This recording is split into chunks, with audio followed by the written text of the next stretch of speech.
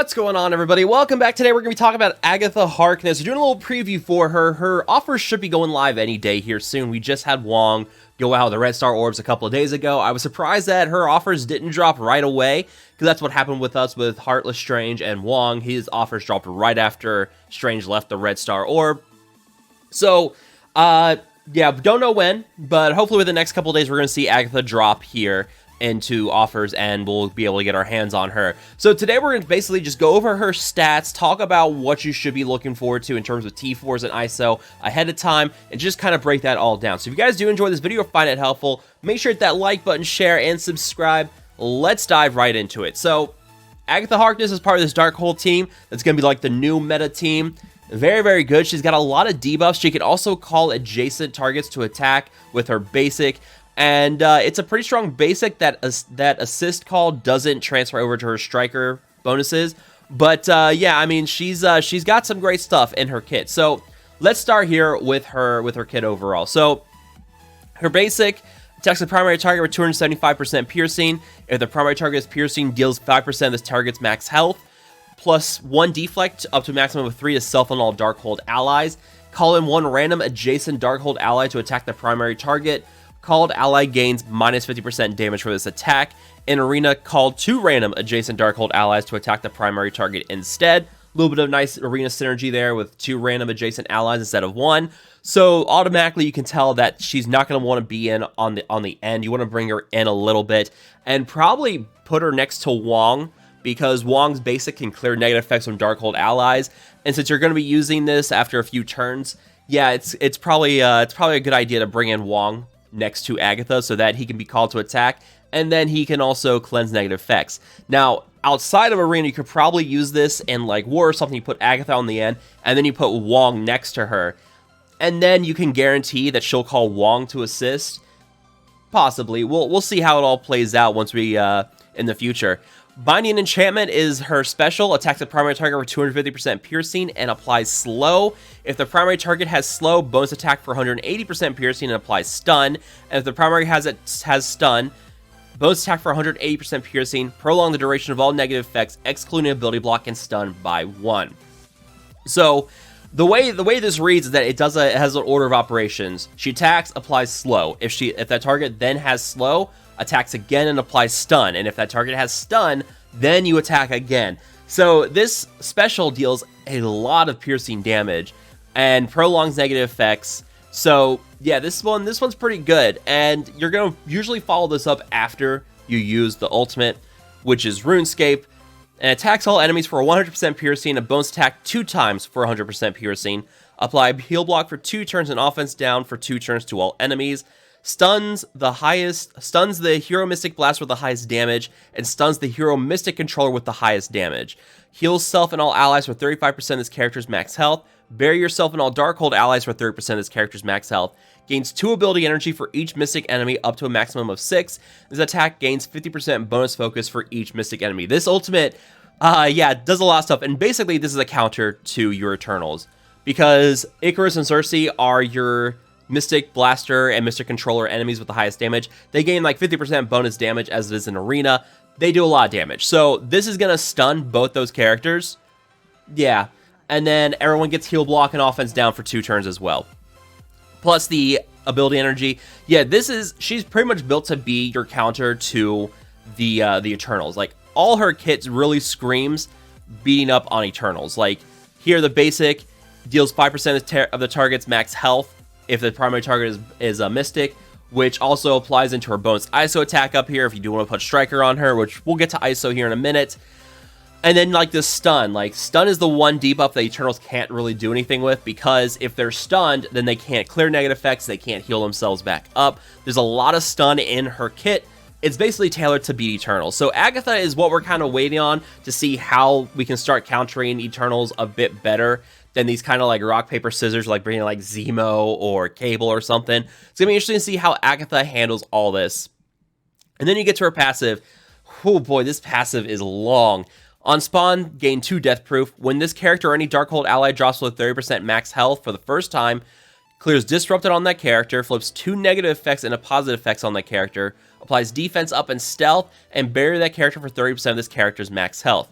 When any enemy drops below 38% max health for the first time, attacks that target for 100% piercing, flips 3 positive effects into negative effects, applies Disrupted, and applies +1 deflect up to a maximum of 3 to all Darkhold allies. At the end of any turn, if this character has taunt, gains stealth, 50% bonus focus for her and Darkhold allies, 25% drain for her and Darkhold allies. A lot of stuff in that passive.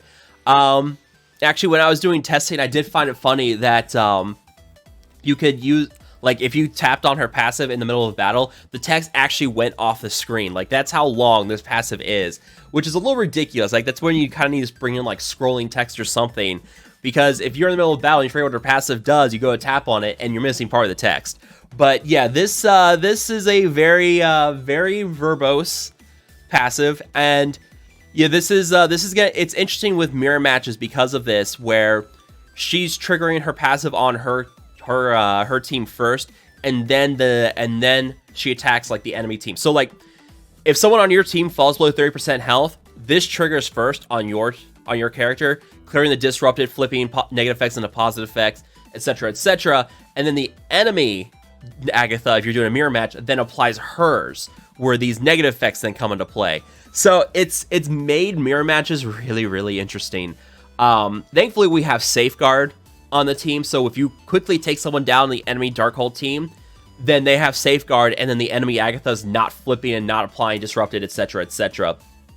So, yeah, it's nice. That's where Morgan comes into play with Darkhold. But yeah, this is a lot of stuff here with this. And in terms of the best T4s, honestly, there's quite a few, and we're basically scrolling these all back so you can see all the T4s here.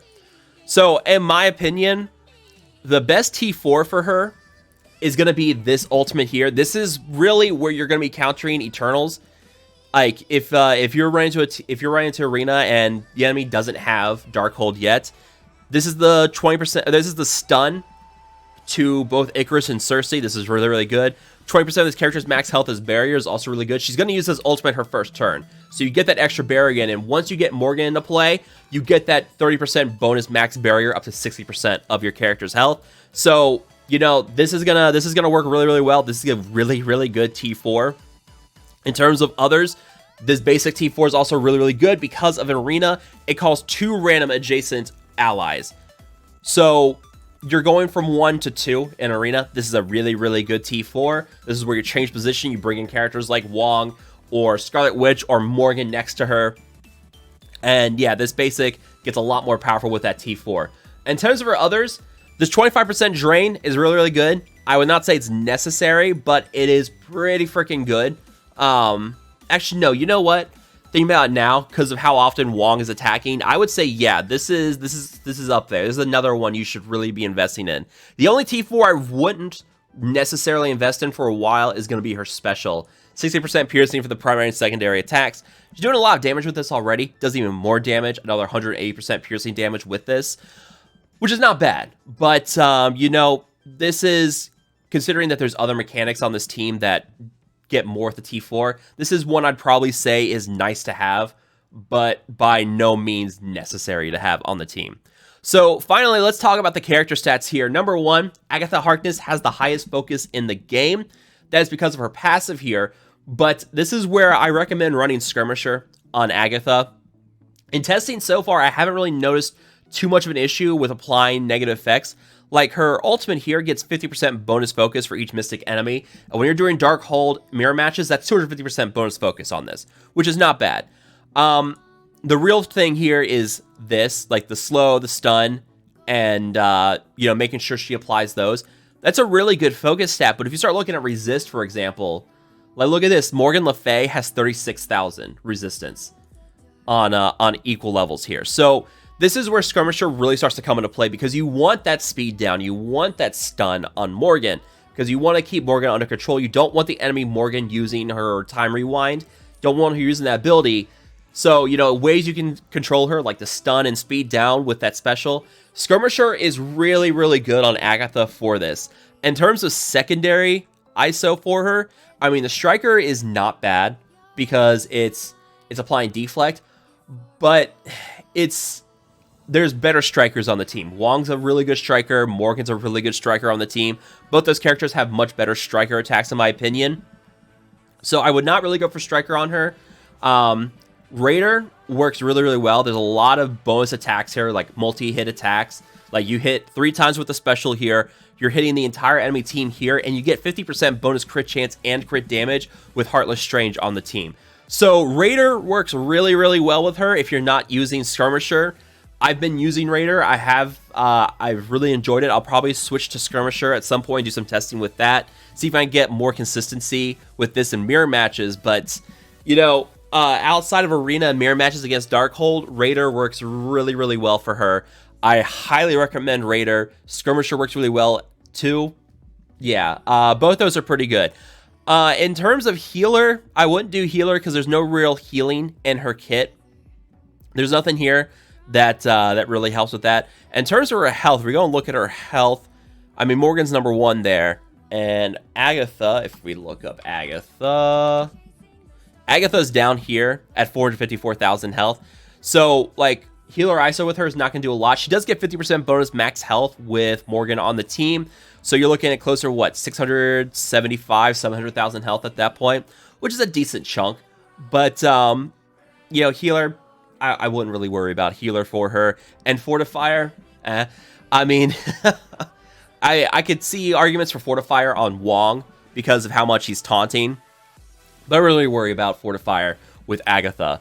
So really, that's going to kind of wrap things up here. Let me know what you guys think down below. If you guys have questions about Agatha, anything that you guys want to know about her, make sure to drop down below as well. But again, if you guys have enjoyed this video, make sure to hit that like button, share, and subscribe. I will see you guys next time.